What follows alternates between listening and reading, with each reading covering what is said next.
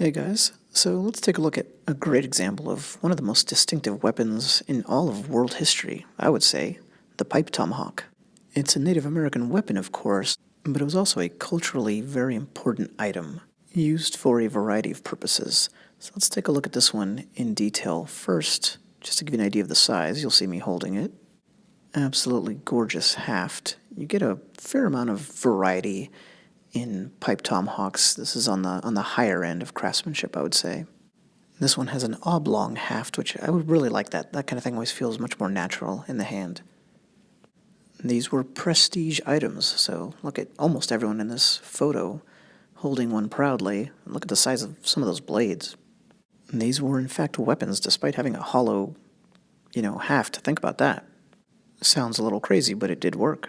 The tomahawk had, of course, been around before Europeans arrived, but there were stone heads attached there, amongst other materials, and the big change was that they could now be metal. That became a very valuable trade item for early settlers. Somewhere in the 18th century, presumably, someone decided to combine the metal tomahawk with a pipe. This became very popular amongst the native nations. And like I said, were used for lots of different purposes. The most famous one, of course, is the quote-unquote peace pipe. And they could be used as a ceremonial object to kind of ritualistically consecrate an agreement. But they could also be used like this, and were. Well, we don't have tons of accounts of tomahawks that we know for a fact were of the pipe variety being used in battle, but they were. Back to this one, it's most certainly an eastern woodland variety. I've seen this configuration before. And that's how they're usually described. Look how solidly built this one is here, despite the fact that it's a real prestige item. Maybe it's the kind of item, this one here in particular, that you wouldn't generally use in a fight, or maybe only use if you had to, I don't know. Having this kind of metal cap here at the join is not necessary, by the way. It's not a necessary feature. It's just another indication that we're looking at kind of a Cadillac version. I thought this one was really interesting. I don't know if this is accurately depicted or not, so check that one out. This is Chief Corn Planter. It's got a peaceful name, but he was actually a war chief who participated in the French and Indian Wars and American Revolution. Now, that could just be a pipe, but it doesn't look like a traditional Native American pipe either, not to me.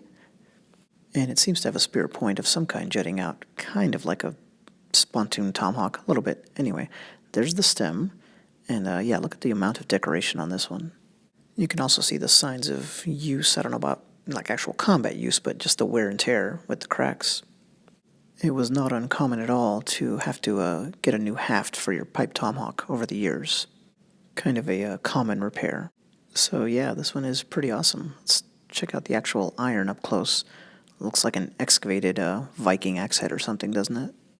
Just a fantastic example overall, the best one I've ever seen in person of what, like I said, is one of the most unique weapons man ever created. And keep in mind, it was only used for a few hundred years in one general location. Used as a weapon, a diplomatic instrument, a prestigious gift, and I guess what I'll call a religious item as well.